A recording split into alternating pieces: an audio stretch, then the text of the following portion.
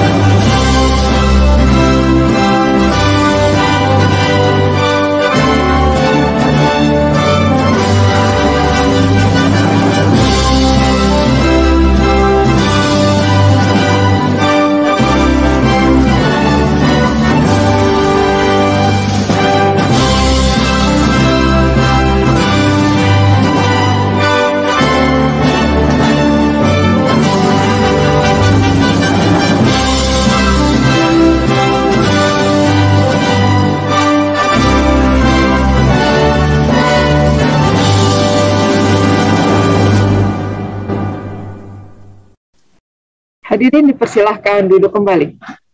Baiklah, Bapak Ibu peserta yang berbahagia, untuk mengawali pelaksanaan workshop pada hari ini, kami mohon kepada Bapak Direktur Dana Transfer Umum, Direktorat Jenderal Penerimaan Keuangan untuk dapat memberikan kata sambutan sekaligus membuka acara workshop pada hari ini. Kepada Bapak Adrianto kami persilakan. Baik, terima kasih Mbak Amel. Bismillahirrahmanirrahim. Assalamualaikum warahmatullahi wabarakatuh. Selamat siang sahabat desa. Bersama Barada Media kita akan mencoba mereaksi kegiatan workshop pengelolaan dan penggunaan dana desa sesuai dengan PMK 190 tahun 2021 telah hadir bersama saya Bapak Tamara Zamroni dengan Tamara Blesingki ya, Tamara Zamroni. Beliau adalah TPP, beliau adalah tenaga ahli pemberdayaan masyarakat TPP Kabupaten Kediri. Hari ini dilaksanakan kegiatan workshop oleh DJPK terkait dengan pengelolaan dan penggunaan dana desa. Hal yang menarik sebenarnya perlu kita cermati bersama bahwa sesuai dengan kebijakan nasional Perpres nomor 59 tahun 2017 tentang Sustainable Development Goals, yaitu tentang SDGs. Kemudian tentang kebijakan RPJMN 2000 2024, yaitu di dalam kebijakan RPJMN dijelaskan bahwa tujuan yang pertama adalah tanpa kemiskinan, kemudian tanpa kelaparan, kehidupan sehat dan sejahtera, dan keempat pendidikan berkualitas dan seterusnya. Nah, kita melihat bahwa PMK 190 ini sebagai manifestasi dari Perpres 104, khususnya pasal tentang penggunaan dana desa, 40% untuk BLT, 20% untuk ketahanan pangan laba tidak hewani, kemudian 8% untuk kegiatan penanganan COVID, dan sisanya untuk pembangunan prioritas desa lainnya. Nah, kita nanti akan coba melihat, karena bisa menjadikan referensi bagi teman-teman desa untuk merencanakan penganggaran di desa agar biar lebih cepat, ataupun misalkan hari ini masih menyisakan pertanyaan-pertanyaan bagaimana kita simak ini, nanti bisa jadi rujukan teman-teman desa untuk melakukan penganggaran. Oke, kita ikuti untuk workshop kali ini.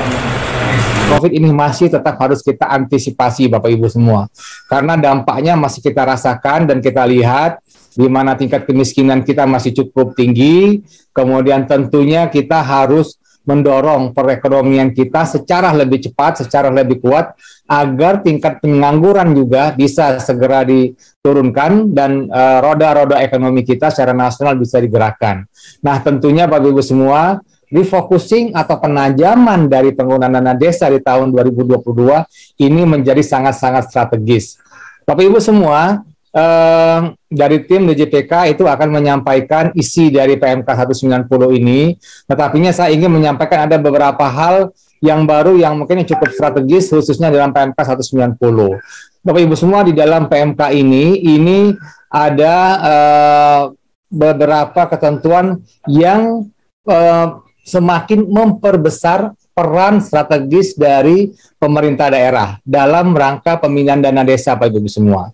Jadi sebagaimana Bapak Ibu ketahui bahwa khusus dalam penggunaan dana desa, sebagaimana diatur dalam Perpres 104, bahwa di sana diatur salah satu penggunaan dari dana desa adalah dialokasikan sekurangnya 40% dari dana desa untuk BLT desa. Nah, Bapak Ibu semua, tentunya dalam PMK ini juga diatur untuk daerah-daerah atau desa-desa yang ternyata tidak bisa menggunakan full sepenuhnya 40%, itu akan diserahkan penggunaan sisanya itu kepada DPMD atau kepada pemerintah daerah atau kepala daerahnya. Nah, jadi Bapak Ibu semua, peran Bapak Ibu semua sebagai pembina dari desa ini dalam PMK 190 ini ditetapkan semakin besar. Artinya peran pembinaan di desa lewat khususnya penggunaan dana desa ini juga semakin strategis. Bapak Ibu semua sudah ketahui juga bahwa untuk penggunaan dana desa di tahun 2022 sudah ada peraturan Menteri Desa dan Daerah Tertinggal yang tentunya itu adalah menjadi rujukan untuk penggunaan, dan dari sisi nilai strategis penggunaan tentunya ini harus dana desa ini benar-benar diarahkan untuk 3 hal. Pertama, kesejahteraan masyarakat desa, yaitu menjaga dan menurunkan tingkat kemiskinan, kemudian menjaga kesehatan masyarakat, khususnya mengantisipasi dampak dari COVID, dan tentunya adalah mendorong pergerakan ekonomi yang ada di desa, baik itu melalui kegiatan-kegiatan padat karya tunai misalnya, atau kegiatan-kegiatan infrastruktur maupun program-program yang lain. Nah, Bapak Ibu semua, tentunya dalam kesempatan ini saya ingin sekali lagi mengingatkan dan mendorong peran nanti dari Bapak Ibu semua sebagai pembina desa yang ada di masing-masing Pemda, agar pembinaan dalam rangka penggunaan dana desa, khususnya BLT desa, ini nanti teman-teman di desa benar-benar bisa diarahkan untuk belanja mana yang benar-benar strategis, yang benar-benar akan mendorong pertumbuhan dan perbaikan perekonomian di desa secara umum, dan tentunya nanti di daerah masing-masing secara khusus, Bapak Ibu semua. Kemudian itu adalah hal pertama yang ingin saya sampaikan. Kemudian hal yang kedua, tentunya adalah sejak beberapa tahun terakhir, peran Bapak Ibu semua dalam rangka penyaluran ini juga menjadi sangat-sangat penting, Bapak Ibu semua. Terutama pada saat penyampaian laporan, kemudian juga laporan untuk penyaluran dana desa dan BLT desanya. Nah, Bapak Ibu semua, ini di dalam tahun 2022 juga, ini kita akan ada program strategis nasional, yaitu penanganan kemiskinan ekstrim, di mana akan ada 212 Pemda yang akan dilakukan, diupayakan untuk penanganan kemiskinan ekstrimnya. Daftarnya akan disampaikan nanti, akan tetapi Bapak Ibu semua, saya kira peran Bapak Ibu semua khususnya dalam upaya penanganan kemiskinan, terutama di dalam pendataan atau menjaga dan mempertahankan data dari penduduk miskin, ini menjadi sangat penting Bapak Ibu semua. Dan harapan kami tentunya dengan adanya peran yang semakin besar ini, tentunya nanti database di desa ini akan semakin baik. Bapak Ibu semua tentu sudah mengetahui bahwa di Kemendesa juga sedang membangun data, khususnya data yang terkait dengan SDGs. Tentunya nanti ini bisa di-link dengan kegiatan ini, sehingga peran Bapak Ibu semua yang ada di Pemda dalam rangka pembinaan dana desa, pembinaan desa, sekaligus juga nanti akan bisa membangun data atau basis data desa yang sangat-sangat kita perlukan di saat ini. Dan tentunya nanti ini Bapak Ibu semua berkoordinasi dengan para pengambil keputusan yang ada di Kemendes, ini menjadi sangat penting Bapak Ibu semua. Saya kira itu adalah dua hal yang penting yang ingin saya sampaikan terkait dengan peran strategis Bapak Ibu semua yang ada di Pemda dalam rangka pembinaan di desa, khususnya lewat penggunaan dari dana desa. Bapak Ibu semua, pagi ini Bapak Ibu semua akan menyimak paparan dari teman-teman dari Dirjen Penerimaan Keuangan. Harapan saya, karena ini jumlah peserta memang kami batasi tidak terlalu banyak, sehingga dibagi menjadi 3 hari Bapak Ibu semua, dan tentunya ini akan menjadi kesempatan yang baik untuk Bapak Ibu semua mengajukan pertanyaan-pertanyaan kalau ada yang masih belum jelas atau masih ragu-ragu. Saya kira ini kesempatan yang baik, tolong benar-benar digunakan Bapak Ibu semua, sehingga nanti pada saat pelaksanaan tidak mengalami keraguan-raguan. Karena dengan adanya PMK 190 ini, seperti yang saya sampaikan tadi, bahwa peran Bapak Ibu semua yang ada di Pemda dalam rangka pembinaan penggunaan dana desa ini menjadi sangat-sangat strategis dan menjadi bertambah penting. Sehingga kalau Bapak Ibu semua memiliki pemahaman yang baik dan sejalan dengan apa yang sudah diatur dalam PMK 190 ini, mudah-mudahan insya Allah pelaksanaan dana desa kita akan berjalan baik di tingkat desa. Jadi Bapak Ibu semua, saya kira demikian yang bisa saya sampaikan sebagai pembuka untuk workshop kita pagi ini. Mudah-mudahan Bapak Ibu semua bisa memahami apa yang disampaikan oleh para penyaji terkait dengan topik pagi ini, dan mudah-mudahan apa yang kita laksanakan pagi ini bisa menjadi pahala dan membawa kebaikan untuk kita semua, untuk daerah, dan untuk tentunya secara untuk nasional. Demikian yang saya bisa sampaikan Bapak Ibu semua. Dengan mengucapkan bismillah, acara workshop pagi ini saya buka secara resmi. Dan sekali lagi terima kasih banyak kepada Bapak Ibu semua sudah hadir, para narasumber, serta para semua undangan. Saya tutup dengan wabil taufiq walhidayah. Assalamualaikum warahmatullahi wabarakatuh. Saya kembalikan kepada Mbak Amel. Silakan Mbak Amel. Waalaikumsalam warahmatullahi wabarakatuh. Terima kasih kami ucapkan kepada Bapak Adrianto yang telah membuka workshop pada pagi hari ini. Kami akan sangat berbahagia jika Bapak dapat menemani kami hingga akhir acara, namun jika Bapak memiliki agenda lain dengan tidak mengurangi rasa hormat, kami persilakan. Terima kasih. Mohon Bapak Ibu semua, saya izin harus live dulu, jam 9 ada agenda yang bersamaan. Mohon maaf, maaf, izin, terima kasih banyak. Assalamualaikum warahmatullahi wabarakatuh. Izin ya, live. Baik, Bapak Ibu peserta yang kami hormati, selanjutnya kita akan menginjak pada acara inti workshop hari ini, yaitu pemaparan materi dari para narasumber terkait pengelolaan dana desa berdasarkan PMK nomor 190/PMK.07/2021. Untuk menghemat waktu, kami langsung mengundang moderator yang akan memandu pelaksanaan sesi pemaparan materi dan diskusi pada pagi hari ini. Beliau saat ini menjabat sebagai Kepala Seksi Perencanaan Kebijakan Penyaluran dan Pelaporan Dana Desa, Direktorat Jenderal Perimbangan Keuangan, Kementerian Keuangan. Kepada Bapak Yadi Hadian, kami persilahkan.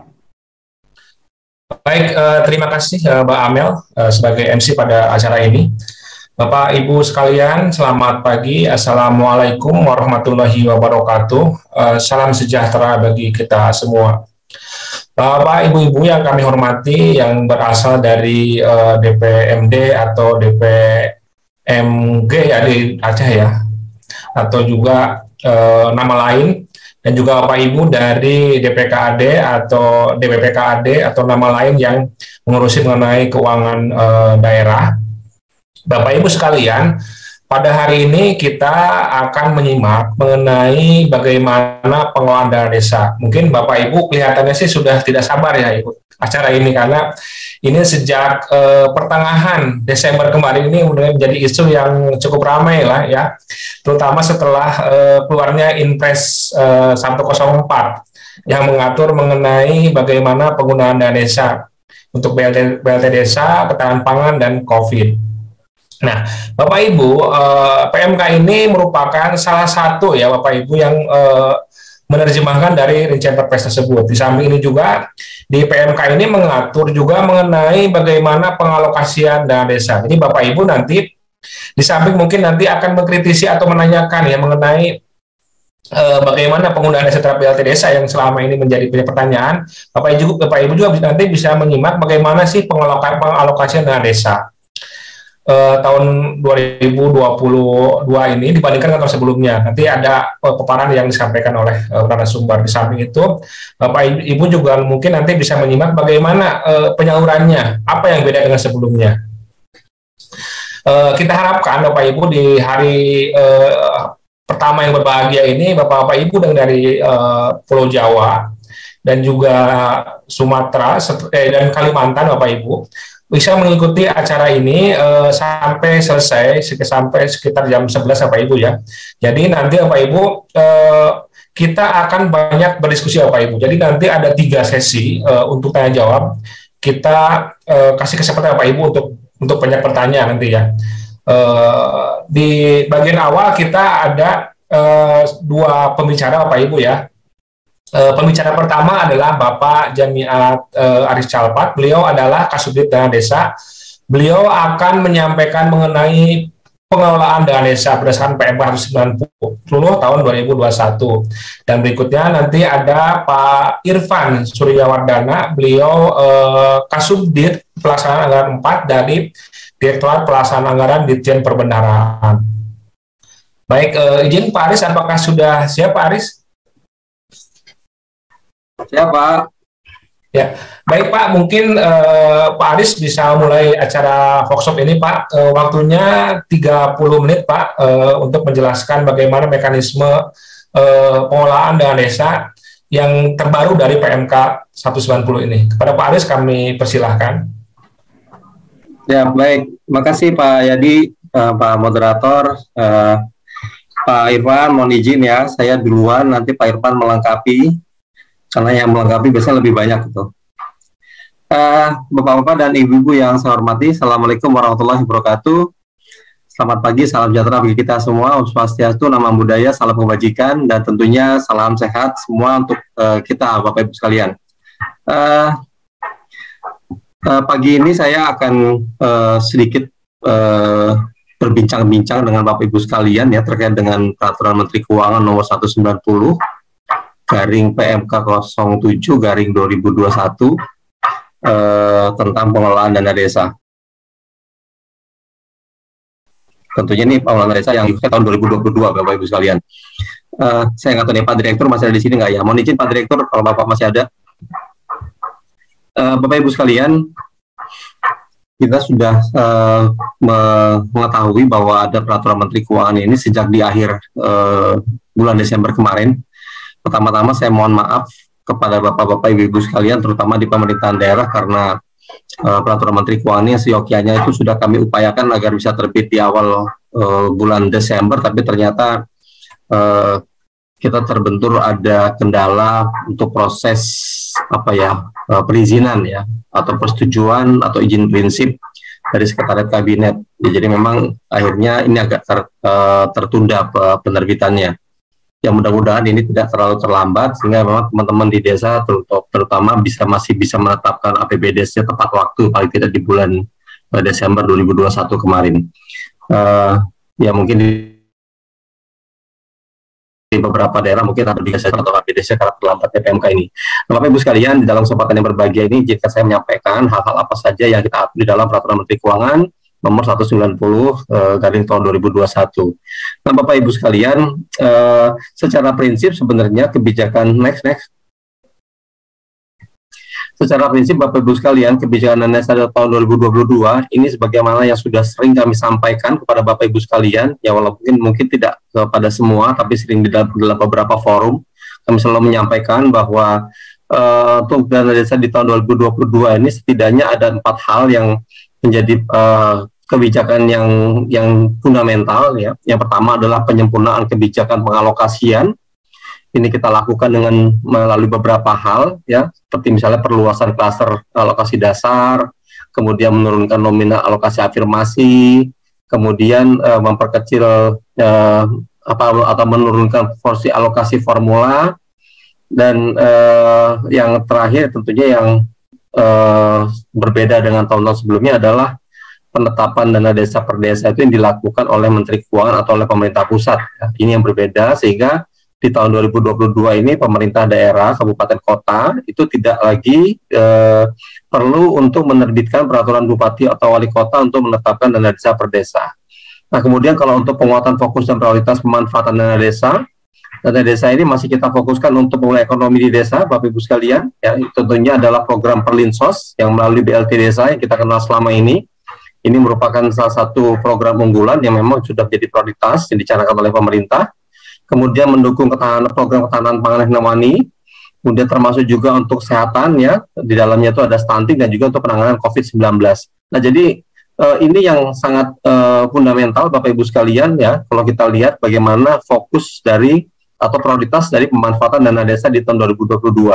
Walaupun selain itu juga kita sadari bahwa masih ada program-program lain, misalnya untuk infrastruktur, kemudian untuk program TIK, dan juga untuk program-program pengembangan desa yang disesuaikan dengan potensi atau karakteristik di desa masing-masing.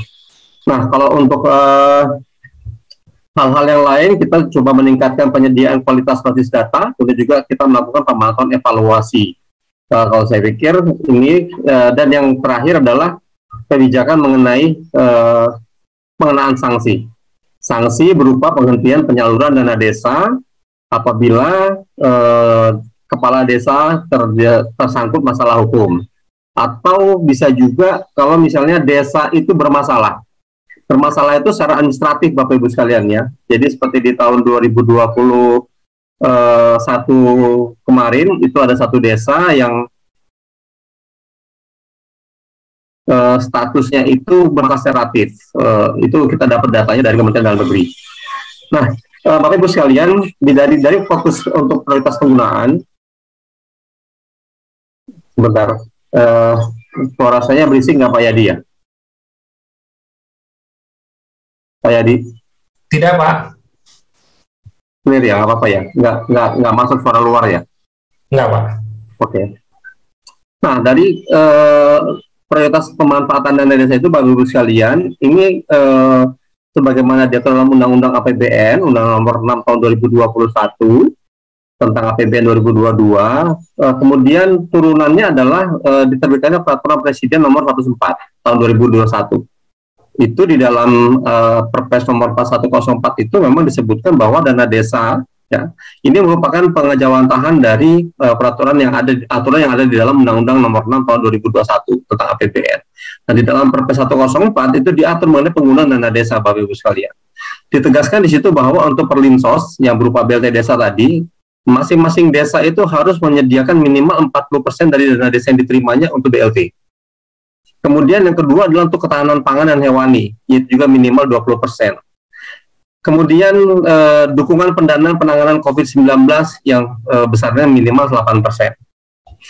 Nah, kemudian sisanya adalah untuk program sektor prioritas lainnya. Nah, Bapak Ibu sekalian, kenapa perlinsos ini masih kita jadikan sebagai prioritas ya?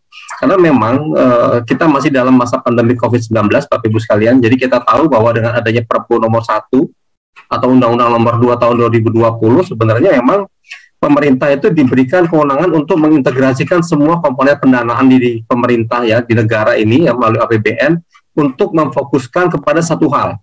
Yang pertama adalah bagaimana kita bisa menangani COVID secara terintegrasi dan nasional ya. Kemudian yang kedua adalah bagaimana kita bisa membantu masyarakat kita yang terdampak dari pandemi COVID-19 itu. Nah, inilah yang menjadi dasar kenapa kemudian perlinsos atau BLT desa itu masih menjadi prioritas, bahkan itu sekarang semakin ditekankan karena dampak pandemi COVID sekarang ini masih terus berlangsung. Nah, kemudian untuk ketahanan pangan sendiri, Bapak Ibu sekalian, ini adalah bentuk bagaimana kita harus menjaga swadaya dari pangan dan hewani kita. Ya, ini sebenarnya untuk masyarakat juga, karena memang kalau kita lihat dengan adanya pandemi COVID-19 ini, di mana kita dibatasi waktunya, kemudian ada yang berhenti aktivitasnya, sehingga memang hal-hal yang sifatnya untuk membangun ketahanan ekonomi itu menjadi sangat penting. Itu yang difokuskan oleh pemerintah, sehingga sampai dengan dana desa pun digunakan oleh pemerintah untuk menjaga ketahanan pangan dan hewani tadi. Kalau untuk penanganan COVID-19 itu sudah terlalu jelas, Bapak Ibu sekalian, karena memang pandemi COVID masih berlangsung, maka itu dana desa untuk penanganan COVID itu masih kita alokasikan. Nah, untuk penyaluran, Bapak Ibu sekalian, nanti penyaluran dana desa masih kita gunakan metodologi atau mekanisme yang sama sebelumnya. Jadi salurnya itu dari RKUN langsung ke RKD, ya, tetap tercatat di RKUD.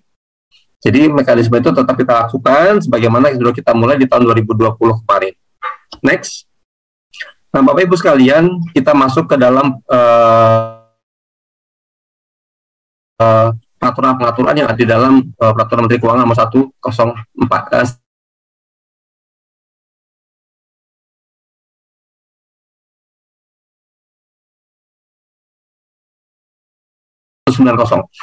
termasuk juga ada klausul-klausul mengenai penatausahaan, tanggung jawab dan pelaporan.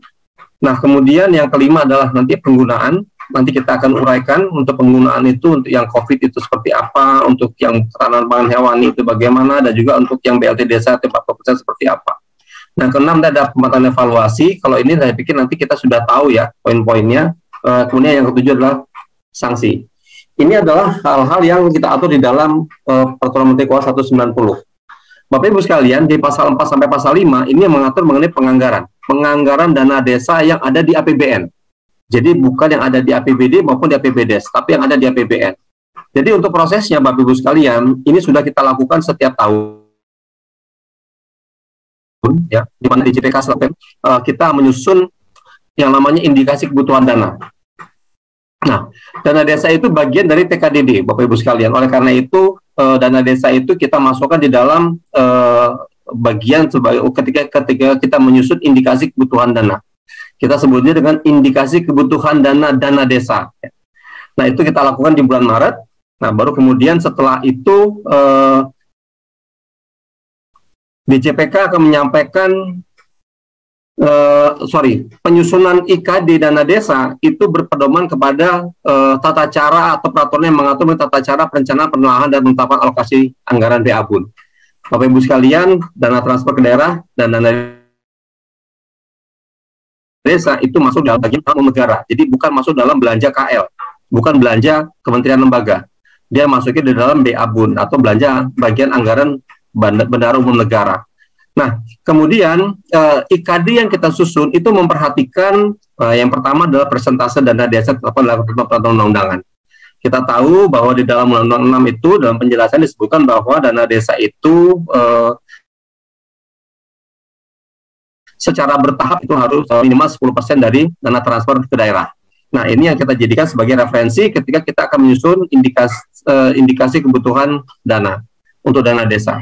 Nah, kemudian yang kedua adalah kinerja pelaksanaan dana desa itu sendiri. Kita lihat di tahun sebelumnya bagaimana kinerja pelaksanaan dana desa. Nah, kemudian yang ketiga adalah kita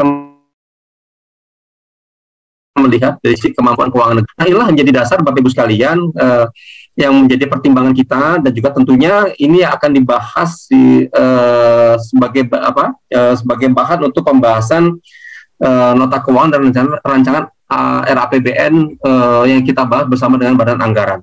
Nah, inilah Bapak Ibu sekalian yang mendasari kenapa anggaran dana desa di tahun 2022 itu kita tetapkan sebesar 68 triliun rupiah. Jadi kita lihat persentase dana desanya tetap dalam undang-undang tadi, ya, kemudian nanti ada penelaahan atau penilaian terkait dengan kinerja pelaksanaannya, kemudian juga kita lihat kemampuan keuangan negara. Bapak Ibu sekalian, dana desa 68 triliun di tahun 2022 itu sebenarnya bukan satu-satunya alokasi anggaran yang mengalami penurunan. Jadi di dalam TKD, transfer ke daerah, itu sebenarnya ada beberapa dana yang ke daerah juga itu mengalami penurunan pagu anggaran secara nasionalnya. Misalnya seperti dana insentif daerah. Kemudian juga dana alokasi khusus. Itu mengalami penurunan. Jadi memang bukan hanya dana desa saja yang turun. Nah, itu kenapa itu turun? Karena memang pemerintah di tahun 2022 ini masih memfokuskan belanja APBN itu untuk penanganan COVID, Bapak Ibu sekalian. Ditambah lagi kita tahu bahwa di akhir Desember kemarin itu sudah muncul varian baru Omikron yang sekarang itu kalau kita lihat peningkatan jumlah pasiennya itu cukup signifikan ya kenaikannya ya. Jadi pertama kita cuma ada 2, sekarang sudah 160-an orang yang kena dengan Omikron ini. Ini menunjukkan bahwa memang pemerintah tetap harus ekstra hati-hati untuk penanganan kasus pandemi COVID-19. Nah, inilah menjadi dasar bagi sekalian, sehingga pemerintah masih memfokuskan semua belanja-belanja ini termasuk TKDD ini untuk penanganan COVID-19 yang terpusat di pemerintah pusat melalui belanja-belanja di kementerian lembaga. Apakah itu untuk vaksin, apakah itu untuk Inakesnya, kemudian juga untuk keperluan yang lainnya, gitu ya. Kemudian untuk vaksinatornya, itu yang masih menjadi fokus pemerintah, sehingga nanti herd immunity untuk COVID-19 ini bisa kita capai, sehingga kita harapkan COVID itu akan lebih cepat dan dampaknya tidak meluas. Next.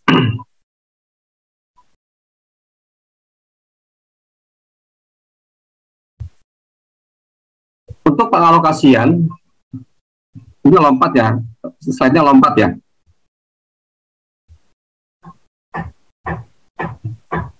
Bapak Ibu sekalian, untuk pengalokasian, baik.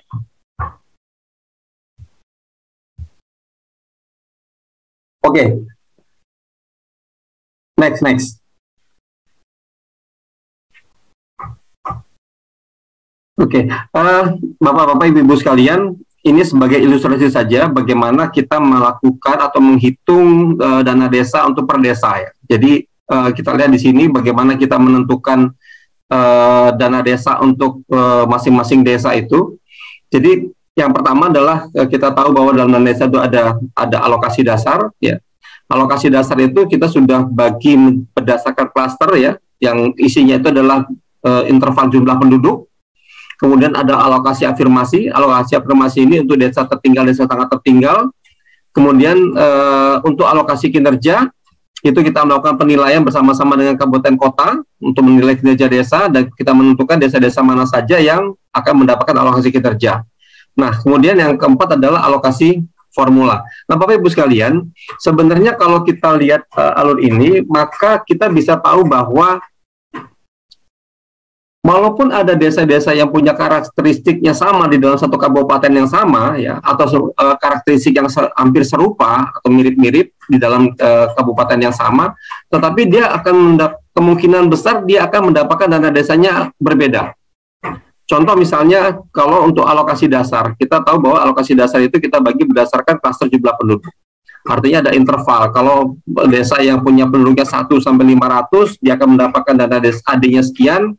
Begitu nanti yang dari 501 sampai ke katakanlah 1000, itu sudah berbeda alokasi dasarnya.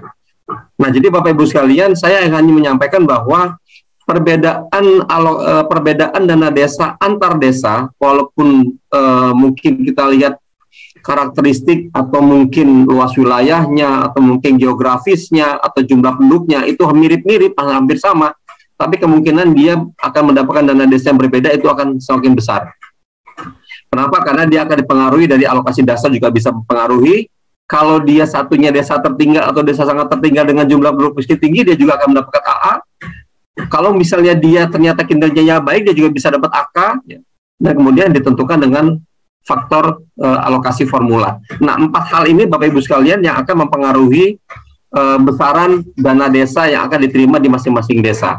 Nah, agregasi atau kumulatif dari semua desa, dana desa yang diterima oleh desa di satu kabupaten, itulah nanti menjadi alokasi atau pagu anggaran dana desa per kabupaten kota. Nah, ini gambaran singkatnya saja Bapak Ibu sekalian, alur bagaimana kita menghitung dana desa untuk tahun 2022. Kemudian next.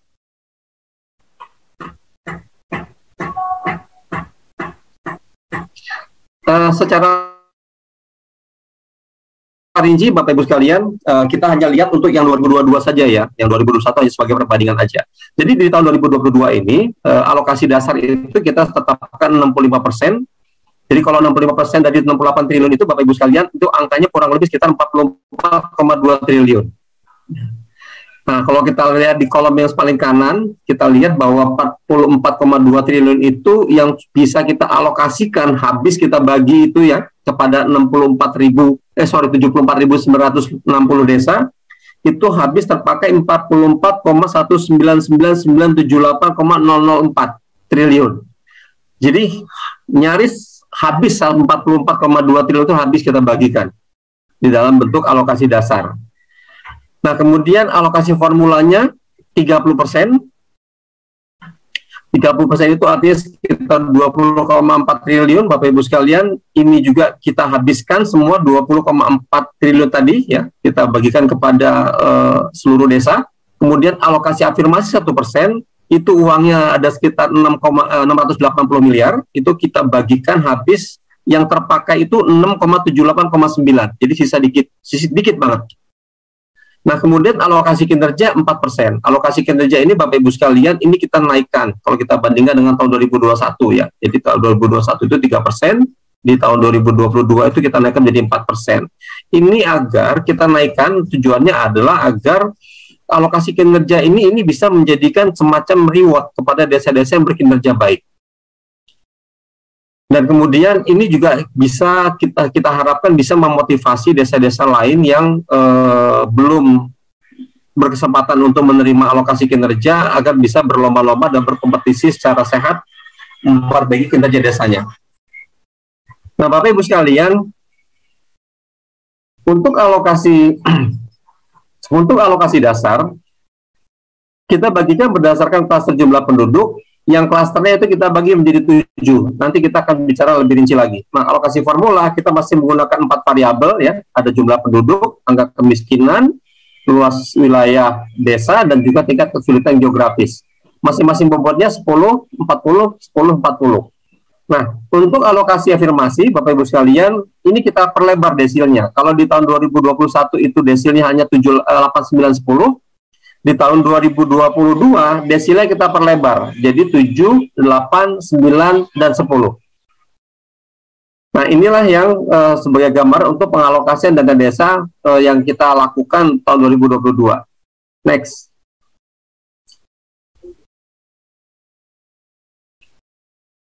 Alokasi dasar, Bapak Ibu sekalian, ini kita mau di dalam pasal 7, kalau kita lihat dalam peraturan Menteri Keuangan 190, ya, alokasi dasar itu kita bagi menjadi 7 klaster. Jadi 7 klaster itu adalah berdasarkan jumlah penduduk. Jadi kalau desa yang memiliki jumlah penduduk kurang dari 100, maka dia akan menerima AD itu sebesar 415,9 juta. Kalau desa yang penduduknya 100 sampai 500 jiwa, dia akan mendapatkan AD-nya 478,3 juta rupiah. Penduduk desa yang punya penduduk 501 sampai 1.500, dia akan mendapatkan AD sebesar 540,7. Kemudian dan seterusnya sampai untuk desa yang memiliki penduduk lebih dari 10.000, dia akan mendapatkan dana AD-nya itu sebesar 790,2 juta rupiah. Nah, inilah Bapak Ibu sekalian yang di kolom alokasi dasar per desa ini yang kita yang memberi gambaran berapa AD yang akan diterima oleh masing-masing desa kalau kita lihat berdasarkan klaster jumlah penduduknya. Nah, jadi kita tahu Bapak Ibu sekalian, setiap desa ketika jumlah penduduknya itu berbeda, terutama yang ada di perbatasan gitu ya, atau antar batas interval, itu akan kecenderungannya akan mengalami perbedaan alokasi dasar. Contohnya misalnya desa yang memiliki penduduk 500 jiwa, dia akan mendapatkan 478,3 juta. Begitu yang untuk yang desa memiliki 501 jiwa penduduknya, dia sudah mendapat 540,7 juta jiwa. Nah, inilah Bapak Ibu sekalian, saya harapkan ini bisa memberikan jawaban bagi teman-teman atau mungkin ada kepala daerah kita yang menanyakan kenapa desa saya yang ini kok turun, yang ini kok yang ini lebih kecil, ini lebih besar gitu ya. Ini banyak sekali pertanyaan seperti itu. Jadi ini tolong nanti bisa dijelaskan bahwa dengan ada alokasi dasar seperti ini tentunya akan mempengaruhi besaran dana desa yang akan diterima oleh masing-masing desa. Ini untuk alokasi dasar Bapak Ibu sekalian. Ya, jadi alokasi dasar tadi 44,2 triliun kita bagikan kepada 74.960 desa. Kemudian next, alokasi afirmasi. Alokasi afirmasi ini adalah tetap yang kita berikan kepada desa tertinggal dan desa tertinggal, tetapi yang memiliki jumlah penduduk yang tertinggi. Yang tertinggi itu adalah yang ada pada desil 7, 8, 9, dan 10. Nah, Bapak Ibu sekalian, jadi kalau misalnya di Kabupaten A atau Kabupaten B ada desa sangat tertinggal, kemudian dia kalau kita hitung itu jumlah penduduk miskinnya itu tertinggi yang ada di Kabupaten A tadi, belum tentu dia akan mendapatkan alokasi afirmasi. Kenapa? Karena alokasi afirmasi ini desa tertinggal kita lombakan seluruh Indonesia yang memiliki penduduk tinggi. Jadi nanti desa-desa yang tertinggal, sangat tertinggal, yang ada penduduk yang sangat miskin, yang paling banyak, itulah yang akan mendapatkan. Itu pun yang harus masuk di dalam desil 7, 8, 9, dan 10. Jadi Bapak Ibu sekalian, nanti kalau ada desa kita yang nanya, saya desa tertinggal, penduduk miskin saya paling banyak di kabupaten, tapi kalau saya nggak dapat AA, maka yang jawabannya adalah harus masuk di dalam desil 7, 8, 9, 10. Karena ketika kita lombakan dengan desa-desa yang DST atau DT yang di kabupaten lain, belum tentu desa yang paling banyak penduduk miskin di kabupaten A tadi itu masuk di dalam ranking 7, 8, 9, 10 tadi. Nah, itu Bapak Ibu sekalian sebagai gambaran. Nah, alokasi afirmasi ini untuk desa tertinggal yang menerima itu nanti ada 3.414. Dia dapatnya itu 119,4 juta untuk desa tertinggal. Nah, kalau untuk desa sangat tertinggal, nanti ada 1.140 desa yang menerima. Kemudian besaran alokasi afirmasinya itu per desa sebesar 238,8 juta rupiah. Nah, itulah Bapak Ibu sekalian. Jadi nanti desa tertinggal, desa sangat tertinggal yang memiliki penduduk miskin tertinggi yang masuk pada 7, 8, 9, 10, dia akan mendapatkan alokasi afirmasi. Untuk desa tertinggal 119,4 juta, desa tertinggal 238,8 juta rupiah, atau dikali 2 ya dari desa tertinggal. Next.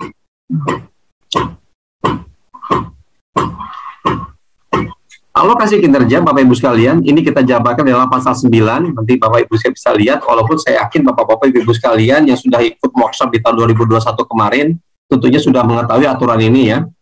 Jadi untuk alokasi kinerja Bapak Ibu sekalian, yang pertama kita lakukan di dalam pasal 9 itu adalah kita menentukan dulu berapa jumlah desa di setiap masing-masing kabupaten kota yang akan menerima alokasi kinerja.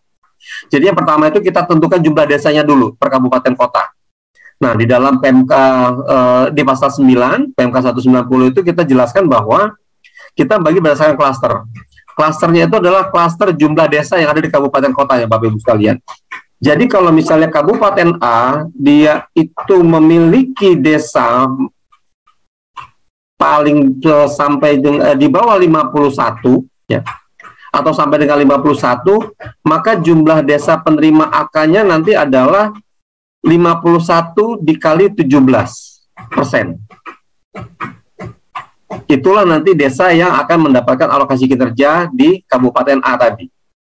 Begitu seterusnya. Untuk kabupaten yang memiliki desa sampai dengan 100, maka nanti jumlah desanya adalah dikalikan dengan 16% dari jumlah desa di kabupaten tersebut. Kalau yang jumlah desa sampai dengan 400, maka dia akan dikalikan dengan 15%. Jadi semakin banyak desanya, persentasenya semakin turun, Bapak Ibu sekalian. Tetapi secara jumlah, tentunya ketika desa-desa itu banyak di dalam satu kabupaten, dia akan banyak juga desa yang akan mendapatkan alokasi kinerja. Nah, setelah itulah baru kemudian desa-desa tadi itu kita lombakan, Bapak Ibu sekalian. Kita hitung kinerjanya, ya. Kemudian kita tetapkan, ya, penilaian kinerjanya, mana-mana desa yang memang berkinerja baik sehingga dia akan mendapatkan alokasi kinerja.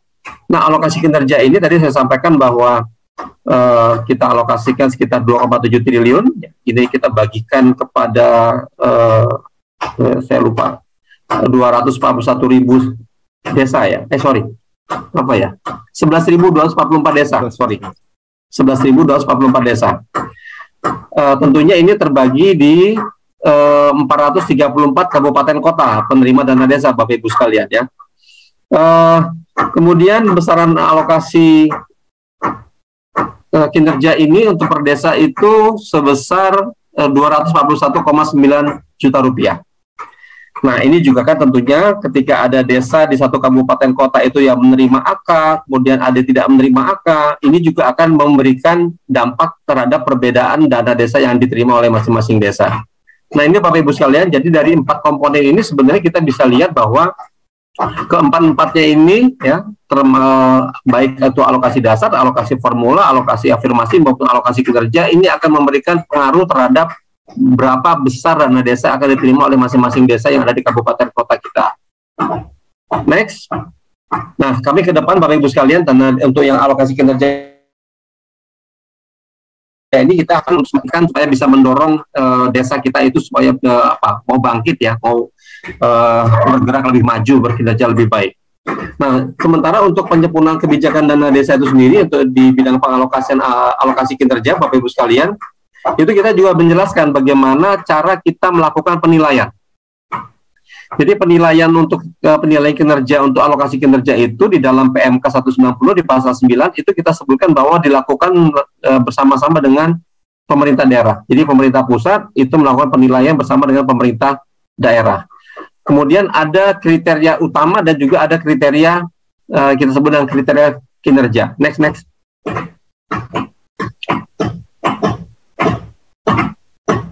Nah, ini Bapak Ibu sekalian. Jadi setelah kita tentukan jumlah desa penerima AK-nya berapa di masing-masing kabupaten kota, kemudian tahap pertama nanti kami di Kementerian Keuangan melakukan penilaian kinerja desa. Ya, kita menggunakan kriteria utama. Ya, kriteria utama itu nanti ada beberapa hal. Kemudian nanti ada kriteria wajib atau kriteria kinerja.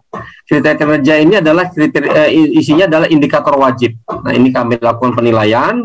Baru kemudian tahap 2-nya penilaian ini dilakukan oleh pemerintah kabupaten kota. Penilaian dilakukan di tahun 2021 kemarin. Nah, hasilnya itu nanti adalah penetapan desa-desa yang akan mendapatkan alokasi kinerja. Tentunya yang menetapkan ini adalah Menteri Keuangan yang kita tuangkan di dalam Peraturan Menteri Keuangan 190 ini sebagai lampiran. Ya, tentunya itu nanti adalah mana desa-desa yang mendapatkan alokasi kinerja itu ada di lampiran PMK 190. Nah, untuk yang selanjutnya. Nah, ini Bapak Ibu sekalian, jadi tadi saya katakan bahwa ada 2 kriteria ya, ada kriteria utama dan kriteria kinerja. Nah, kriteria utama ini adalah ada beberapa persyaratan untuk desa bisa ikut kita nilai untuk mendapatkan alokasi kinerja. Jadi yang pertama adalah desa yang akan kita nilai kinerjanya itu untuk alokasi kinerja itu bukan desa yang penerima alokasi afirmasi. Jadi nggak boleh ada desa yang mendapatkan alokasi afirmasi itu kita ikut lombakan di dalam penilaian untuk mendapatkan alokasi kinerja. Kemudian desa yang itu berkembang, ya minimal berkembang, maju atau mandiri. Ya. Tentunya ini adalah status desa di tahun 2021. Namun kalau misalnya ternyata nanti desa status berkembang maju mandiri itu jumlahnya masih lebih sedikit dibandingkan dengan kuota desa yang akan mendapatkan AK di kabupaten bersangkutan, kita bisa narik desa tertinggal untuk ikut berlomba. Tapi dia jangan yang menerima alokasi afirmasi. Itu tetap syaratnya seperti itu Bapak Ibu sekalian. Nah kemudian desa yang melaksanakan BLT desa tahun 2020. Nah jadi kalau ada desa yang tidak melaksanakan BLT desa tahun 2020, wassalam, dia nggak boleh ikut di dalam penilaian alokasi kinerja. Nah kemudian indikator yang lainnya adalah kriteria kinerja. Di dalam kriteria kinerja ini Bapak Ibu sekalian yang sifatnya wajib, ini kita menggunakan ada indikator ya. Jadi ada kategori ya. Jadi ada kategori input ya, itu adalah kinerja desa untuk pengelolaan keuangan desa. Kita menggunakan data 2019-2020. Kemudian ada kategori proses, ini adalah kinerja desa dalam pengelolaan dana desa tahun 2020. Kemudian ada kategori keluaran atau output, ini adalah kinerja desa dalam pencapaian keluaran dana desa tahun 2020. Kemudian kategori hasil atau outcomes, itu adalah kinerja desa dalam pencapaian hasil pembangunan desa tahun 2019, 2020, dan 2021. Nah inilah 4 kriteria atau kategori yang kita gunakan untuk menghitung atau menilai kriteria kinerja desa untuk alokasi kinerja tahun 2022. Next. Ini mungkin ini adalah variabelnya Bapak Ibu sekalian. Ini juga kita masukkan di dalam PMK 190 ya. Untuk pengelolaan keuangan desa itu nanti ada 2 variabel. Ada perubahan rasio PADES terhadap total pendapatan APBD tahun 2019 tahun 2020. Jadi nanti kita ambil deltanya, kemudian persentase pengeluaran prioritas terhadap total belanja APBD tahun 2020. Kalau untuk pengelolaan dana desa itu nanti ada 2 variabel, jadi ada persentase pengeluaran prioritas dana desa terhadap total belanja dana desa tahun 2020. Dan kemudian juga ada persentase pelaksanaan kegiatan dana desa secara sukarela tahun 2020. Nah kemudian untuk capaian keluaran, ini ada 2 variabel. Yang pertama adalah persentase realisasi penyerapan dana desa tahun 2020, kemudian ada persentase capaian keluaran atau output tahun 2020 juga. Nah untuk capaian hasil pembangunan desa, ini ada 4 Bapak Ibu sekalian. Yang pertama adalah perubahan skor indeks desa membangun. Kita menggunakan data tahun 2020 dan 2021. Kemudian perubahan status desa berdasarkan IDM, kita juga menggunakan data tahun 2020 dan 2021. Jadi caranya kita membandingkan Bapak Ibu ya. Dari kalau perubahan ini kita lihat status 2020-nya seperti apa, kemudian dibandingkan dengan 2021. Kalau dia progresnya baik atau meningkat, tentunya itu yang mendapat skor atau mendapat poin baik. Kemudian yang ketiga adalah status desa berdasarkan indeks desa membangun. Ini kita menggunakan data tahun 2021. Jadi di IDM itu kita lihat status desanya sekarang ini apa. Misalnya dia mandiri, ya, tentunya skor mandiri itu akan lebih tinggi dibandingkan dengan skor yang maju. Begitu juga dengan maju akan lebih tinggi dibandingkan skor yang begitu seterusnya. Kemudian persentase penurunan jumlah penduduk miskin desa di tahun kita bandingkan antara data tahun 2020 dengan 2019 Pak Ibu sekalian. Jadi kalau 2019 itu ternyata dia lebih tinggi ya, angka jumlah penduduk miskinnya dibandingkan dengan tahun 2020, maka dia akan mendapatkan skor yang baik sehingga hasil capaian hasil pembangunan desa juga akan baik. Nah inilah indikator-indikator wajib yang kita gunakan dan termasuk variabelnya untuk menghitung atau menilai kinerja desa yang akan mendapatkan alokasi kinerja. Nah kemudian ini bagiannya pemerintah Bapak Ibu sekalian. Selanjutnya adalah bagiannya pemerintah daerah. Nah pemerintah daerah diberikan juga ruang untuk melakukan penilaian terhadap kinerja desa. Nanti hasil penilaian antara pemerintah hasil dari penilaian antara pemerintah pusat dengan pemerintah daerah, inilah nanti yang kita jadikan atau kita jadikan dasar untuk penetapan desa-desa penerima alokasi kinerja tahun 2022. Nah, untuk alokasi penilaian oleh pemerintah daerah, Bapak Ibu sekalian, nanti ada kategori, tentunya ada indikator-indikator tambahan yang boleh dipilih oleh Bapak Ibu sekalian untuk dijadikan sebagai variabel penilaian kinerja desa. Jadi nanti kategori misalnya pengelolaan keuangan desa itu ada sampai A sampai F gitu ya. Kemudian untuk pengelolaan dana desa juga A sampai H. Silakan dipilih mana yang memang benar-benar Bapak Ibu kita anggap itu benar-benar representatif untuk kita lakukan sebagai variabel untuk menilai kinerja desa. Juga untuk capaian pengeluaran dana desa misalnya ada 2, kemudian untuk capaian hasil pembangunan desa juga ada 4. Nah, inilah yang kita sebut dengan indikator tambahan yang bisa digunakan sebagai pilihan bagi pemerintah daerah untuk melakukan penilaian kinerja desa di tahun 2021 kemarin. Dan hasilnya itu sudah kita dapat Bapak Ibu sekalian, dan sudah kita tetapkan di dalam PMK 190. Desa-desa mana saja yang mendapatkan alokasi kinerja untuk masing-masing kabupaten kota penerima dana desa. Next.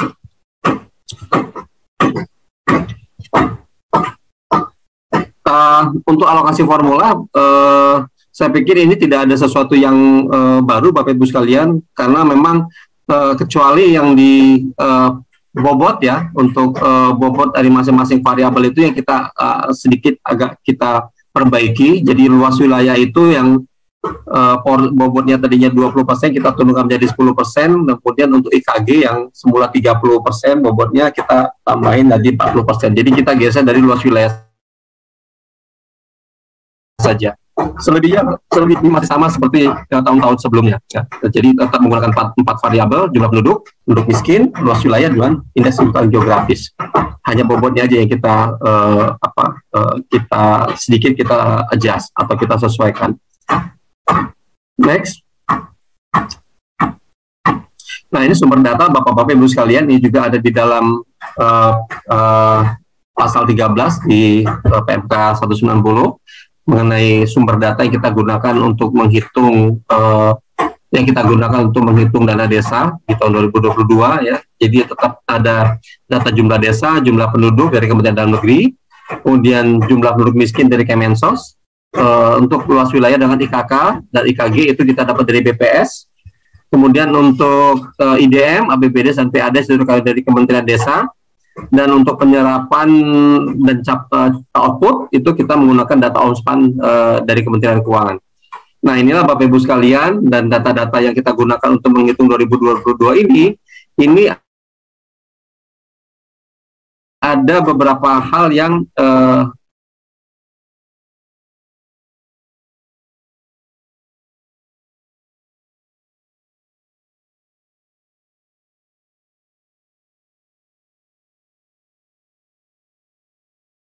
katanya itu misalnya anomali atau tidak memadai, kita bisa menggunakan data rata-rata di desa di satu kecamatan. Kemudian juga kalau misalnya terdapat anomali atau ketidakjelasan data ya, maka kita bisa melakukan semacam rekonsiliasi bersama dengan kementerian lembaga penyedia data. Ini adalah semacam disclaimer atas penggunaan data yang ada di dalam penghitungan alokasi dana desa di tahun 2022. Nah, ini kita muatkan juga di dalam pasal 13 di dalam PMK 190. Next. Hal yang lain yang kita atur di dalam PMK 190, Bapak Ibu sekalian, di dalam pasal 31 ini adalah penatausahaan di pemerintah daerah. Ini adalah implikasi dari penyaluran dana desa dari RKUN langsung ke RKD, Bapak Ibu sekalian. Nah, di tahun 2020 kita sempat agak kebingungan karena pemerintah daerah merasa tidak memiliki dokumen dasar untuk mencantumkan di dalam APBD. Padahal dana desa itu masih masuk di dalam pos pendapatan ya di dalam APBD, sehingga ketika dia ditransfer langsung ke RKD tidak ada dokumen anggaran untuk belanja yang dikeluarkan oleh APBD itu dan nggak bisa dipertanggungjawabkan. Oleh karena itu di dalam PMK 190 dan juga sebagaimana di PMK 222 tahun 2020 juga ini sudah kita atur Bapak Ibu sekalian. Jadi nanti Pemda ini menganggarkan dana desa dalam APBD itu tetap dilakukan. Yang menjadi dasar adalah peraturan Presiden mengenai rincian APBN. Ya, kalau untuk tahun 2020 berarti nanti adalah Perpres 104. Itu yang menjadi dasar bagi pemerintah kabupaten kota untuk mengisi anggaran dana desa di dalam APBD. Nah, kemudian yang kedua adalah dalam rangka untuk penata usaha, tanggung jawab dan pelaporan dana desa, Pemda melakukan pencatatan pendapatan dan belanja atas dana desa. Jadi ini harus dicatatkan di dalam APBD kita. Nah, kemudian dasar dari pencatatan itu adalah rincian SP2D penyaluran dana desa yang didapat dari aplikasi Omspan. Nah, itulah nanti Bapak Ibu sekalian, jadi kalau nanti pada saat pemeriksaan atau audit, kita sebutkan bahwa uang yang kita catat sebagai pendapatan, dana desa kita catat sebagai pendapatan, itu dikeluarkan dan sudah kita catat, dasar pencatatannya adalah SP2D yang diterbitkan oleh KPPN ketika menyalurkan dana desa. Dan SP2D itu bisa kita dapat dari aplikasi Omspan. Nah, kemudian inilah nanti yang bisa kita gunakan sebagai dasar pada saat dilakukan audit oleh badan pemeriksa. Ya. Jadi Bapak Ibu sekalian, uang yang masuk di APBD ya, dari yang kita catat itu memang seyogyanya memang tercatat juga ketika dia dibelanjakan. Nah, inilah implikasi dari penyaluran dana desa dari RPUN ke RKD. Next. Pak Yadi, waktunya masih berapa lama? Kita perhatikan bahwa penggunaan dana desa untuk BLT desa di sini sudah dijelaskan tentang kriteria penerima. Satu adalah keluarga miskin dan tidak mampu yang berdomisili di desa yang bersangkutan. Prioritas untuk keluarga miskin yang termasuk dalam kategori kemiskinan ekstrim. Nah, di sini ini perlu dicermati, keluarga miskin itu apa kriterianya? Nanti begitu Pak Tanya, coba dibahas, kita ungkap bersama-sama. Kemudian kalau kehilangan mata pencaharian jelas. Kemudian mempunyai anggota keluarga yang rentan sakit menaun jelas. Kemudian keluarga miskin penerima jaring pengaman sosial yang terhenti sudah jelas. Kita cukup minta data selesai dari Kementerian Sosial. Kemudian keluarga miskin yang terdampak pandemi COVID ini sudah jelas. Nah, ini yang perlu kita perdalami yaitu tentang kriteria yang nomor 1, yaitu keluarga miskin. Nah, tentunya dalam menentukan KPM berdasarkan beberapa kriteria ini perlu cara yang efektif. Bagaimana caranya untuk membuat KPM, mendaftar KPM? Ini akan bisa bersama Pak Tamara bisa untuk mencoba mengeksplor bagaimana strategi bisa untuk menentukan KPM yang harus memenuhi 40% minimal berdasarkan PNK ini. Ini perlu berdasarkan. Mungkin nanti juga akan ada beberapa pertanyaan ketika jumlah warganya, warga desa itu kakaknya itu tidak memenuhi jumlah total saja, itu tidak memenuhi 40% dari DD. Nah, ini bagaimana? Apakah ini namanya sanksi atau bagaimana? Atau justru kebijakan ini yang kurang tepat? Begitu Pak. Monggo, silakan. Oke, terima kasih Mas Makros selaku DPP Kabupaten Kediri. Tapi sebelum berbicara tentang kriteria, saya kembali tadi yang disampaikan Pak Makros tentang SDGs.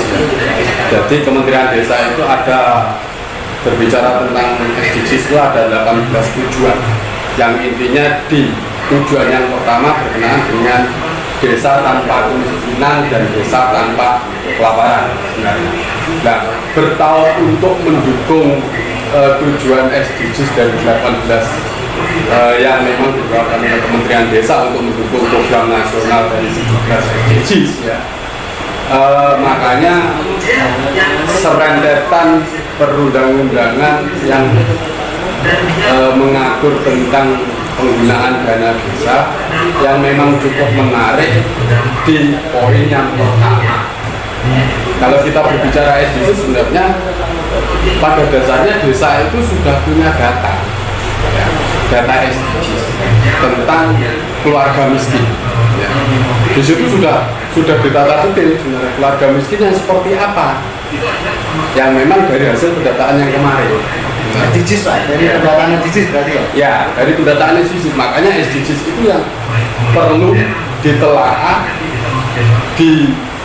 diolah, dievaluasi seperti apa sehingga muncul kriteria miskin menurut desa untuk mendukung SDGs itu sebenarnya.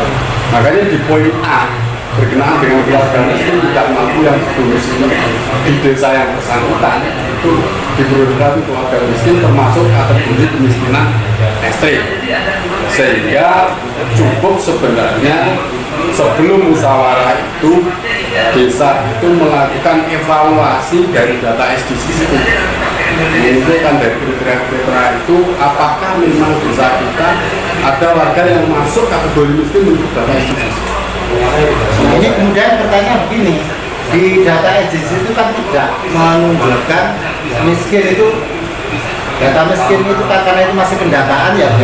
Jadi bagaimana untuk menentukan bahwa kriteria ini adalah miskin dan seterusnya ini bagaimana? Ataukah misalkan dari data ranking saja, taruhlah ranking pendapatan, kemudian sesuaian dengan kondisi keluarga tersebut, di ranking begitu, kemudian dimasukkan di dalam musdes untuk diverifikasi, diputuskan siapa-siapa yang mendapatkan putusan atau bagaimana?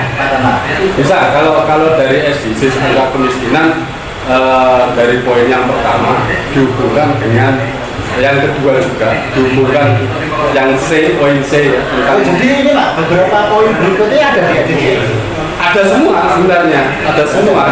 Poin A tentang kemiskinan di data SDGs itu, di SDGs itu juga ada data tentang mata pencaharian, ada data tentang anggota keluarga yang sakit menaun, termasuk keluarga miskin yang mestinya tidak berkenaan dengan sumber dana pengaman sosial ya. Sebenarnya kita sudah punya, termasuk data miskin yang memang dampak COVID yang tidak menerima bantuan. Itu ada pertanyaan di dalam data SDGs desa. Jadi kan begini Pak Sam, kalau dulu 2021 untuk penentuan KPM itu kan dilakukan pendataan.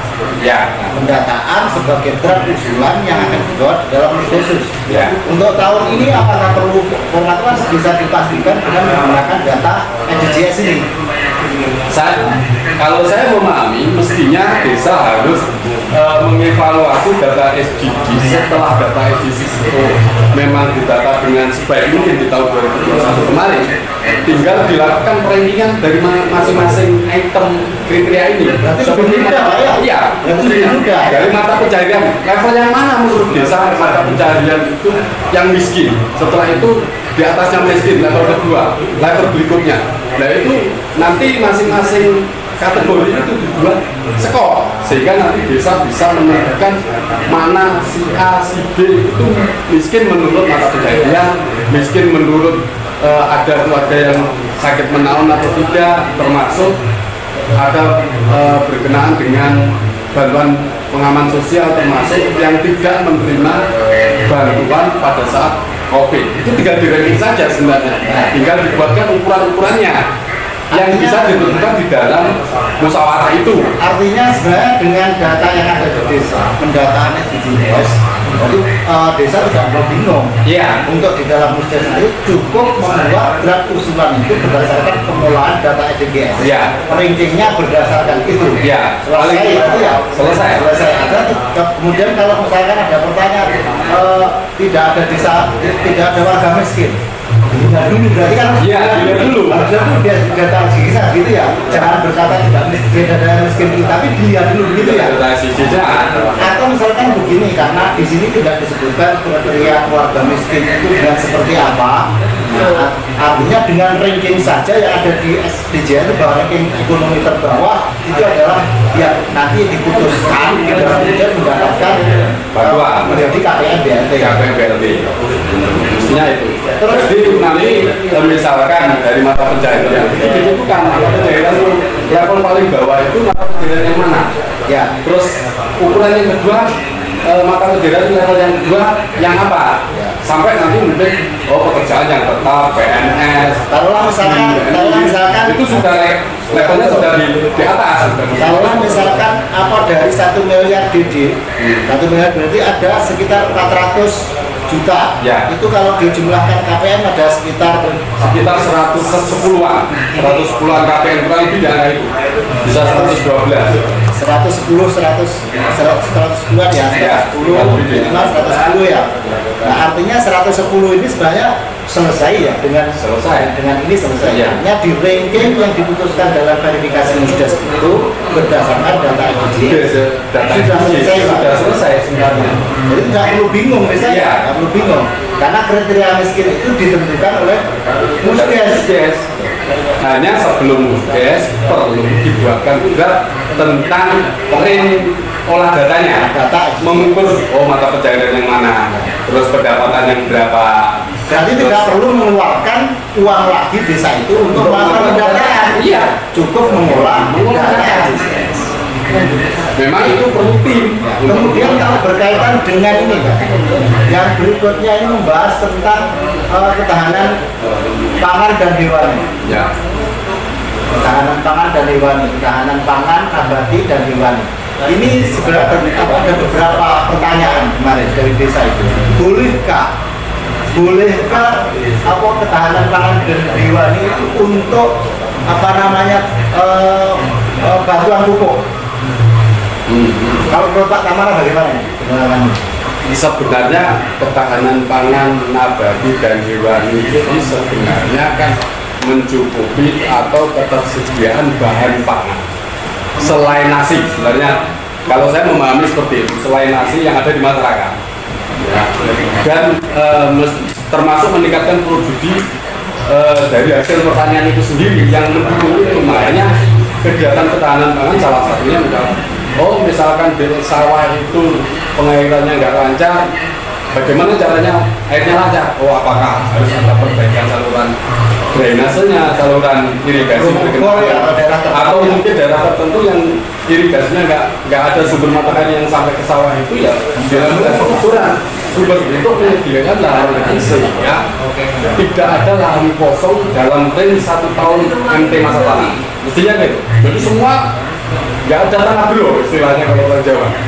Masa begini lah, jadi bantuan kepada warga petani ya untuk bantuan pupuk kepada warga dengan menggunakan kategori 20%. Ya. Ini sebenarnya ada pasar di Sabjoyo ada pasar bahwa BLT bagi warga petani itu bisa untuk membeli pupuk. Apakah ini kemudian seharusnya ruangnya bukan di 20% tapi di BLT. Nah kalau memang petani ini kemudian miskin, dia layak mendapatkan untuk membeli pupuk, seharusnya dia tidak masuk di 20% tapi masuk di BLT-nya. Petani yang miskin kan ya, tapi dia mendapatkan BLT untuk membeli pupuk. Jadi bahasanya bukan bantuan pupuk, tapi bentuknya tetap BLT. Kalau yang 20% ini berarti tetap dalam konteks ya menyediakan sesuai dengan tujuan SDGs yang 18 tujuan dari Kementerian Desa tentang tanpa kelaparan sehingga tersedia bahan makanan. Artinya maksudnya dalam kalau tadi itu 20% untuk digunakan untuk bantuan, janganlah berarti tempatkan ya BLT karena sudah ada posnya di situ. Ya, seperti itu. Bisa digunakan untuk membeli pupuk bagi petani. Nah, kemudian kalau dipandang bahwa petani tadi itu miskin kan gitu ya. Jadi berarti seharusnya dimasukkan di BLT, bukan dimasukkan di 20 gitu ya. Karena ada yang bertanya begitu. Lanjut. Masih terdapat sisa dana desa DRKD 2015 sampai 2020 yang belum bisa kita selesaikan di penyaluran dana desa tahap 3. Padahal desa-desa ini sebetulnya sudah memenuhi syarat, tapi karena belum dilakukan tagging sehingga kewajiban itu belum selesai. Nanti mohon Bapak Ibu sekalian bisa langsung atau segera menyelesaikan ya atau melakukan tagging untuk penyaluran tahap 3-nya di tahun 2021. Nanti mungkin Pak Irfan juga bisa menambahkan, bisa memastikan seperti apa prosesnya. Karena ini sangat-sangat membantu desa-desa kita Bapak Ibu sekalian. Kasihan kalau misalnya mereka tidak kita selesaikan penyaluran tahap 3-nya di 2021 kemarin. Karena ini bisa mengurangi beban sisa dana desa yang masih di RKD. Nah, sementara itu untuk yang sisa dana di RKUD juga ini masih kita atur Bapak Ibu sekalian. Jadi kalau misalnya nanti masih ada hasil rekon sisa dana desa 2015 sampai 2020 yang belum kita selesaikan di tahun 2021 melalui pemotongan DO atau DPH, maka nanti ini kita akan selesaikan di tahun 2022 Bapak Ibu sekalian. Termasuk juga nanti ada besaran sisa dana tahun 2021 dan 2022 di RKD. Nah, ini kita selesaikan. Nah, untuk yang dana desa sisa dana desa di RKD 2015-2021 yang belum selesai diperhitungkan di tahap 3, nanti sisanya itu akan kita perhitungkan di penyaluran tahap 2 ya. Atau di tahap 3 di tahun 2022 ini. Nah, kemudian kalau untuk yang sisa di RKUD yang belum sempat kita selesaikan melalui pemotongan DAU-nya, ini saya mohon maaf saya nyebut salah satu ya. Kalau nggak salah kemarin itu sebenarnya ada Kabupaten Kudus yang memang udah siap sebenarnya, tapi karena sudah batas waktunya lewat, jadi uang yang di RKUD itu belum sempat disetor ke RKUN. Nah, ini menjadi salah satu nanti akan kita selesaikan di tahun 2022 Bapak Ibu sekalian. Nanti akan kita selesaikan yang kewajiban tadi yang harus disetor, tapi karena nggak keburu waktunya itu nanti kita selesaikan di tahun 2022 melalui pemotongan DAU atau dana bagi hasil yang menjadi bagian dari kabupaten kota bersangkutan. Nah, kalau untuk besaran sisa dana tahun 2021 dan 2022 yang di RKD, ini nanti bisa dianggarkan kembali di tahun anggaran berikutnya. Ya. Nah, kemudian dilakukan perekaman ya. Nanti Bapak Ibu kepala desa kita diminta untuk menganggarkan di APBDes. Kemudian nanti Bapak Ibu wali kota, bupati itu melakukan perekaman di aplikasi Omspan, apa yang dianggarkan dalam APBDes masing-masing desa kita tadi. Nah, inilah yang kita sebut dengan pemantauan sisa dana desa yang diatur dalam pasal 42 di PMK 190 Bapak Ibu sekalian. Next. Untuk pemantauan evaluasi masih seperti yang sebelumnya Bapak Ibu sekalian di pasal 48, jadi nanti ada kewenangannya pemerintah daerah untuk melakukan pemantauan evaluasi ya, terhadap beberapa hal nanti terutama untuk bagian penyaluran dana desanya, kemudian untuk prioritas penggunaan ya, sisa dana desa juga termasuk yang ya, tentunya yang ada di RKUD utamanya dan juga yang ada di RKD. Kemudian nanti yang keempat adalah pemantauan dan evaluasi terhadap capaian keluaran dari dana desa itu sendiri. Jadi ada 4 hal ya untuk fokus untuk monefnya pemerintah daerah. Yang pertama di penyaluran, kemudian prioritas penggunaan, kemudian sisa dana desa yang ada di RKUD maupun di RKD, kemudian capaian keluaran dana desa. Next. Di pasal 49 sampai dengan pasal 50, Bapak Ibu sekalian kita masih mengatur mengenai ketentuan sanksi. Tadi saya sampaikan di awal bahwa ini merupakan kesepakatan dari pemerintah dan DPR untuk menerapkan sanksi. Sebenarnya sanksi ini adalah bentuk bagaimana kita memberikan tindakan preventif ya. Jadi kita memberikan warning di awal kepada kepala desa kita agar lebih berintegritas di dalam mengelola dana desa. Jadi jangan dilihat sepertinya sanksi ini memang niatnya untuk menghukum Bapak Ibu sekalian. Sanksi ini sebenarnya kita tujukan untuk sebagai preventif, untuk mencegah ya, sebagai rambu-rambu, sebagai pengingat ya. Jadi bentuk sanksinya itu adalah nanti penghentian penyaluran dana desa ya. Seperti biasa nanti kita DJPK akan menyampaikan surat kepada DJ Perben selaku KPA penyaluran dana desa, dan juga Bupati Wali Kota atau Kementerian Lembaga itu nanti akan menyampaikan dulu permasalahannya apa yang terkait dengan desa yang bersangkutan. Nah, itulah yang menjadi dasar nanti di DJPK untuk melakukan penghentian atau merekomendasikan penghentian kepada DJ Perben. Nah, pengenaan sanksi itu adalah bentuknya yang pertama adalah kepala desa atau melakukan penyalahgunaan dana desa dan ditetapkan sebagai tersangka.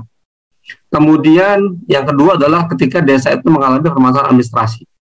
Jadi misalnya desa itu ternyata ketika ditetapkan sebagai desa masih ada syarat-syarat yang belum dilengkapi misalnya. Nah itu nanti kementerian lembaga terkait yang kompeten, yang berwenang dengan hal itu akan menyampaikan kepada kami di Kementerian Keuangan bahwa desa A ini syarat administratifnya belum dipenuhi semua, maka dana desa untuk desa A tersebut kita hentikan penyalurannya. Begitu juga kalau misalnya ada desa yang status hukumnya tidak jelas, atau status hukumnya itu dipertanyakan, atau kalau dulu itu ada isu mengenai desa hantu, desa fiktif dan sebagainya. Nah, itu juga akan memberikan dampak atas pengenaan sanksi berupa penghentian penyaluran dana desanya. Nah, kemudian dokumen pengenaan sanksi itu nanti adalah surat permohonan dari Bupati Wali Kota kalau ada kades yang ditetapkan sebagai tersangka, atau misalnya ada rekomendasi dari Kementerian Lembaga untuk desa-desa yang bermasalah. Nah, kemudian Bapak Ibu sekalian, dana desa yang dihentikan tadi itu akan bisa disalurkan kembali ya, apabila nanti DJPK sudah menerbitkan surat pencabutan penghentian penyaluran setelah menerima surat permohonan dari Bupati Wali Kota.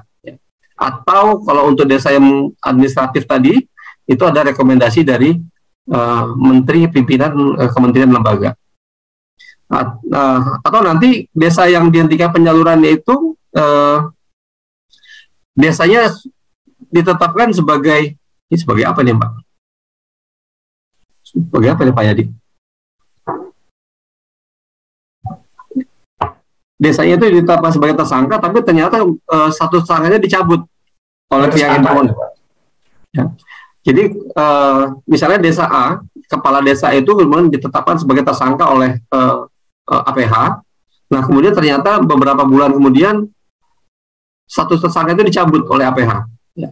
Misalnya karena ternyata nggak benar tuh, tuduhannya nggak tepat. Nah, maka itu juga bisa menjadi dasar Bupati segera memberitahukan kepada DJPK untuk segera disalurkan kembali dana desa yang tadi dihentikan.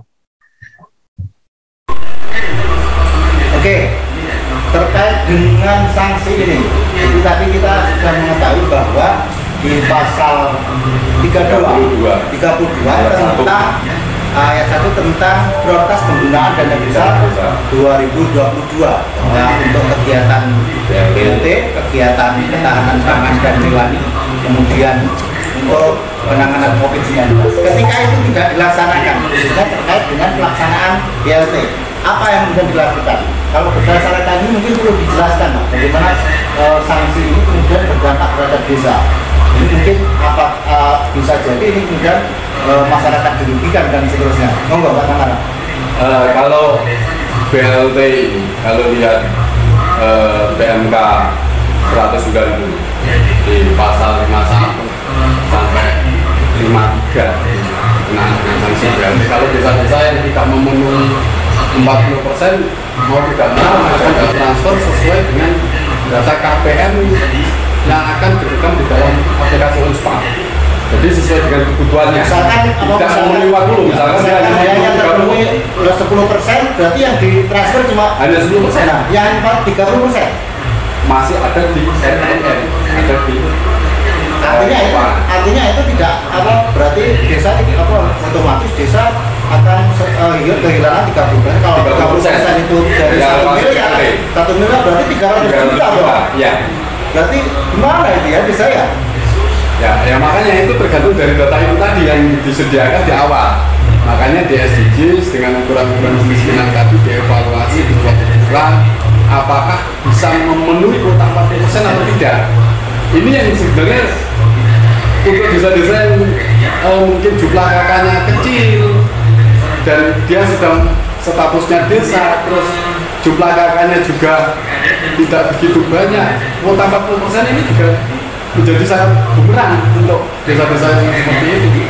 Bisa jadi angka di 40% tidak akan terpenuhi, tapi bumerangnya kalau tidak terpenuhi, uangnya tidak ditransfer sebesar total 40%-nya. Artinya berarti kalau memang benar-benar di 2022 ini kemudian tidak memenuhi 40%, berarti ya berapa saja yang dianggarkan, 10%, 20%, atau mungkin 25%, berarti dapatnya cuma itu. Ya, sisanya masih ada di rekening kas umum negara. yang tidak disalurkan ke desa karena memang data yang disajikan oleh desa berdasarkan hasil musyawarahnya ya sesuai yang tadi diajukan. Kalau 25% berarti ya dia hanya 25%. Jadi ini kan menariknya begini, ada kata-kata sanksi ini Pak. Kata-kata sanksi mungkin ini perlu dikaji juga. Misalkan dari satu desa sangat memungkinkan di Kediri itu ada desa di Kecamatan Kandangan itu ada desa mana juga? Lumbang ya? Desa di Lumbang. Lumbang itu warganya itu tidak lebih dari jumlah kakaknya itu lebih dari 400. Nah ini kemudian kalau dari 40% saja, dari 40% saja ini kelihatan nanti akan agak ukuran kemiskinannya nanti gimana? Nah, ini yang akan begini, yang perlu kalau memang itu sebenarnya diputuskan di dalam musdes sudah diklarifikasi sementara kemudian tidak mencapai 40%. Nah kemudian ini sudah hanya diambil taruhlah misalkan 30%. Ini sudah sesuai dengan keputusan musyawarah desa, verifikasi masyarakat juga oke, dan seterusnya dengan data SDGs dan seterusnya, kemudian hanya itu. Ini termasuk kategori sanksi ya? Ya. Berarti masa desa tidak bersalah disanksi?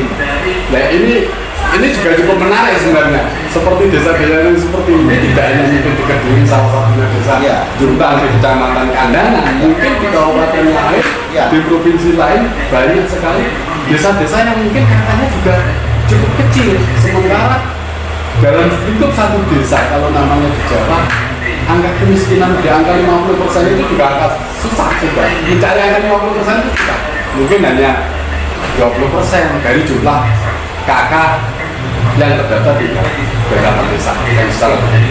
Intinya begini ya, yang jelas bahwa verifikasi tentang data kemiskinan atau data KPM-BLD dengan beberapa variabel tadi itu harus dipastikan dan dikawal bahwa itu dilakukan melalui musdes ya, dengan menggunakan pendataan desa melalui SDGs, sehingga di SDGs harus dianggarkan sekitar 30 juta, 50 juta kemarin juga benar-benar dilakukan sebagai tindak lanjut bahwa itu pembangunan di desa itu mulai dengan pendataan dan pendataan juga dilakukan dengan pendataan SDGs itu maka digunakan sebagai dasar untuk melakukan penetapan KPM BLT, diverifikasi yang layak siapa, kemudian yang sudah mendapat bantuan yang bantuan sosial lainnya yang siapa diputuskan di dalam musdes.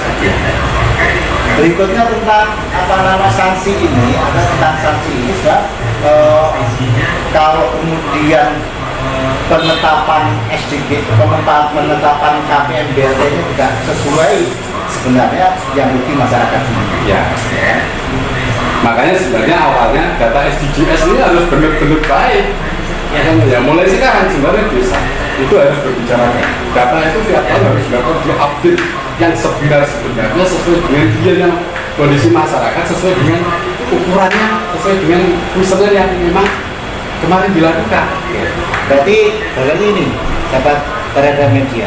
Jadi bagi teman-teman desa, karena di dalam klausul sanksi tadi disampaikan oleh narasumber di klausul ini bahwa ketika kurang dari 40% maka akan dilakukan realokasi. Jadi duit yang jatahnya untuk kemiskinan di desa A itu dikasihkan tetangga yang yang diatur dengan regulasi. Nah, berikutnya berkaitan dengan 8% penanganan COVID.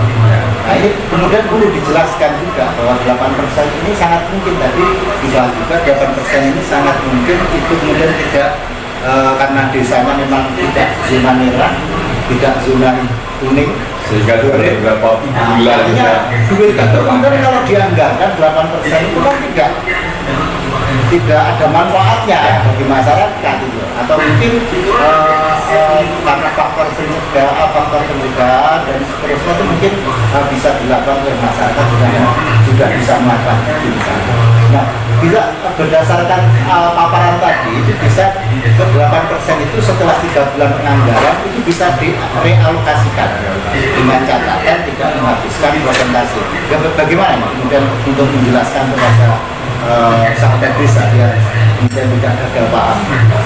Yang pertama yang sebenarnya perlu dipahami, intinya ikutin aturan, ketentuan, peraturan perundang-undangan apakah itu Permenkes atau Permenkes 109 tentang porsi-porsi itu dulu di dalam penetapan APBD, terutama yang terakhir ini, prioritas yang terakhir untuk 8% COVID ini harus muncul di APBD 8% dulu. Sampai seperti apa, kita kan nggak tahu ke belakang kejadian di desa itu seperti apa.